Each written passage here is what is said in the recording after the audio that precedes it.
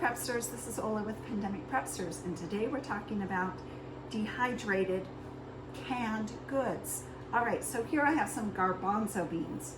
Now, they're pretty high in fat, so they're hard to store fresh, but I can take canned garbanzo beans, or I can cook them myself and then throw them on my dehydrator and dehydrate them and add them to a Mylar bag. And I love these little pint size Mylar bags that I got at packfreshusa.com. I'll leave a link below for you, but this is the pint size. And so I could take this, simply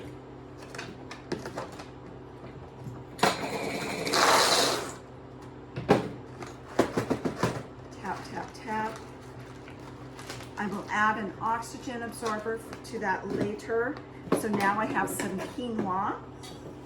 Again, this is already cooked, so I can reconstitute this in a pinch.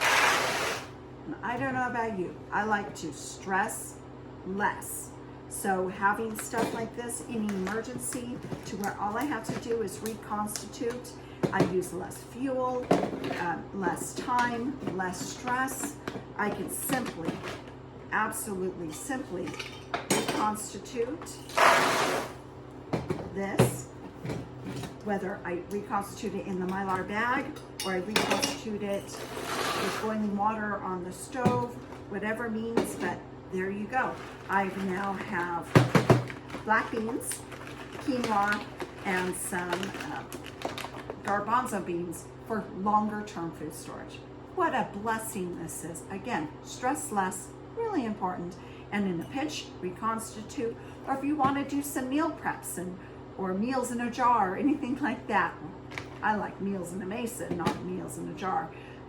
But yeah, definitely you could do that as well with any of these and many more dehydrated, fully cooked foods. All right, well, from the Pandemic Prepsters to you, have a wonderful day and a better tomorrow.